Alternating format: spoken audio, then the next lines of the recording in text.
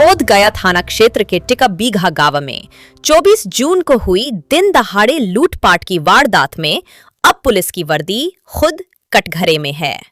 जूते चप्पल के कारोबारी चंदन कुमार के घर में जबरन घुसकर नकद और जेवरात की लूट की गई और अब इस मामले में चौंकाने वाला खुलासा हुआ है कि इस कांड में खुद उत्पाद विभाग का एक एएसआई अंजनी कुमार शामिल था। घटना के वक्त कारोबारी अपने परिवार के साथ बाजार गया था।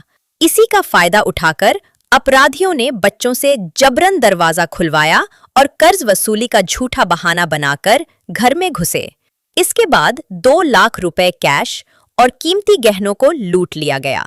मासूम बच्चों के साथ मारपीट की गई और इस क्रूरता में एक पुलिसकर्मी शामिल हो, इससे ज्यादा शर्म की बात क्या हो सकती है।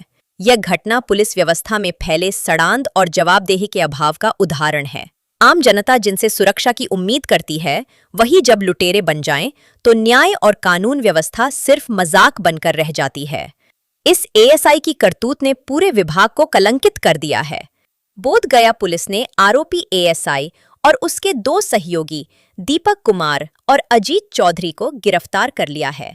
वहीं एक आरोपी फरार है, जिसके गिरफ्तारी के लिए पुलिस छापेमारी कर रही है। लेकिन बड़ा सवाल यह है कि ऐसे लोग पुलिस महकमे में घुस कैसे जाते हैं? क्या भर्ती और निगरानी तंत्र पूरी तरह फेल हो चुका है? दिनांक 25/6/25 को और ग्राम टीका बीघा बोध गया में एक व्यक्ति के द्वारा सूचना दी गई कि संध्या में उसके घर में उसके पत्नी और वह जब अनुपस्थित थे, तो 2 व्यक्ति प्रवेश किए और बच्चों को डरा धमकाकर और प्रताड़ित कर कमरे की चाबी ले ली और कमरे से 2 लाख रुपया और कुछ जेवरात लेकर के चले गए। और इसके आलोक में अज्ञात के विरुद्ध जो है प्राथमिकी दर्ज की गई थी। बाद में घटना की संवेदनशीलता को देखते हुए एसआईटी का गठन किया गया और तकनीकी साक्ष्य एवं सीसीटीवी के आधार पर व्यक्तियों की पहचान की गई।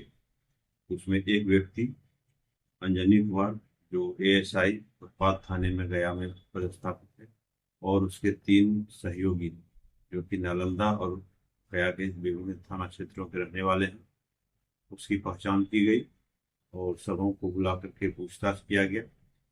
तो यह बात स्पष्ट रूप से सामने आई कि बिना किसी ऑफिशियल प्लानिंग और वरीय पदाधिकारी को सूचित करते हुए किए हुए ये लोग घर में प्रवेश किए और इस कुकर्म को अंजाम दिया।